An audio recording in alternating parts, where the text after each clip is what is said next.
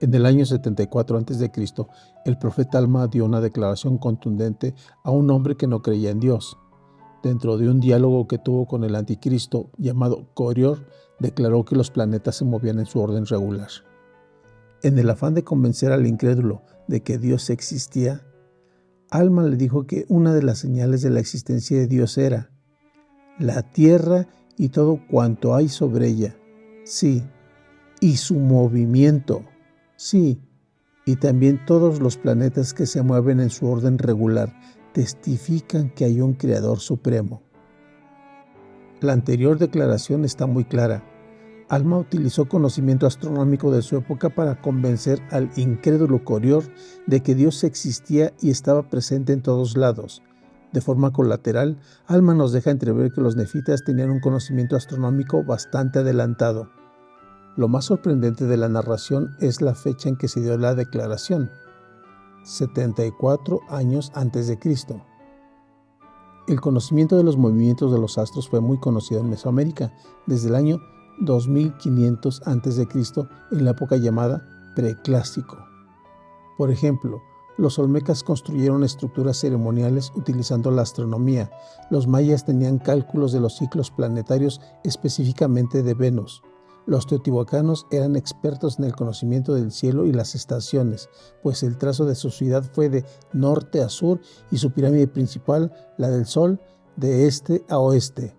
Los aztecas, recopilando el conocimiento ancestral de las culturas anteriores, conservaron sus 3 calendarios, el solar de 365 días, el ritual de 260 días y el lunar de 28 días. Y hablando del Libro de Mormón, los nefitas calcularon su tiempo en relación al ciclo lunar. Por ejemplo, en OVNI 1.21 dice que «Y el pueblo de Zarahemla descubrió a Coriantumr y vivió con ellos por el término de 9 lunas». En paralelo, pueblos mesoamericanos como los mayas tenían como una de sus maneras de calcular el tiempo los ciclos lunares. Por eso, durante la época clásica, entre los años 250 al 900 después de Cristo, emplearon un complejo sistema de contar los meses lunares, asociando las fechas escritas a la llamada cuenta larga. Aquí vale la pena citar que los templos antiguos que hoy llamamos pirámides tenían dentro de su espacio sagrado los observatorios. Eso quiere decir que la astronomía y la religión iban ligados fuertemente. Por eso vemos algunos templos religiosos majestuosos y a un lado están los observatorios. Un ejemplo claro es Chichén Itzá. Este sitio arqueológico aún nos permite ver que el tiempo, la astronomía y la religión estuvieron ligados fuertemente. Todavía se puede ver en el equinoccio de primavera que la serpiente sagrada baja en forma de sombras en el castillo, evidenciando cálculos astronómicos impresionantes. Además, los 365 días están representados en sus escaleras, pero no solo en Chichén Itzá, también en el Tajín, Xochicalco, etc. La orientación cardinal y los eclipses fueron también un tema de adelanto para su época.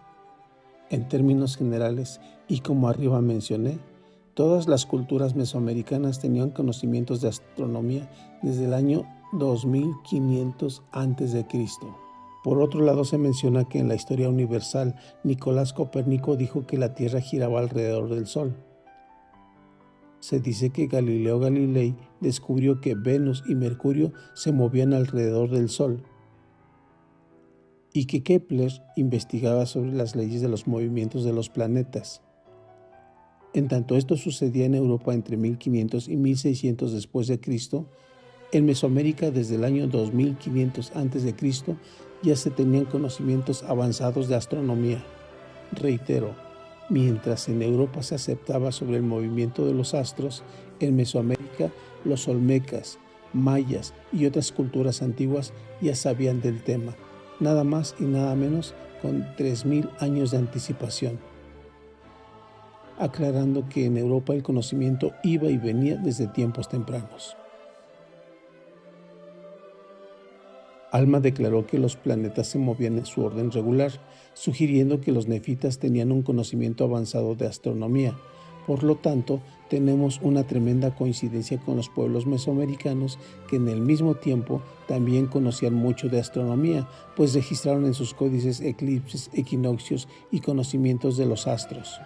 En resumen, podemos afirmar que el profeta Alma sabía del movimiento de los astros desde el año 74 a.C., y por otra parte, los mesoamericanos también conocían de dichos movimientos desde el año 2000 a.C.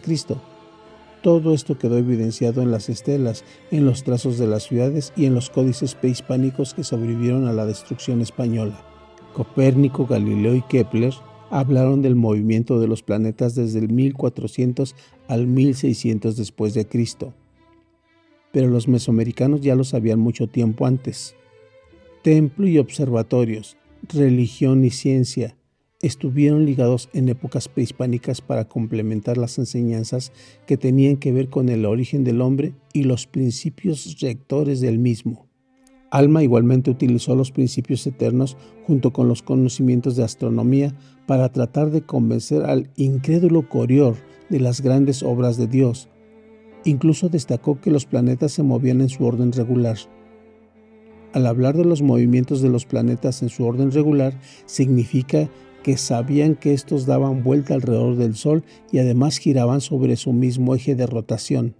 Si Mesoamérica fue el escenario del Libro de Mormón, entonces tiene sentido que Alma y los pueblos mesoamericanos supieran desde antes del nacimiento de Jesucristo que la Tierra tiene movimiento, que hay muchos planetas y que se mueven en su orden regular. Es una maravilla todo esto. Gracias y hasta la próxima.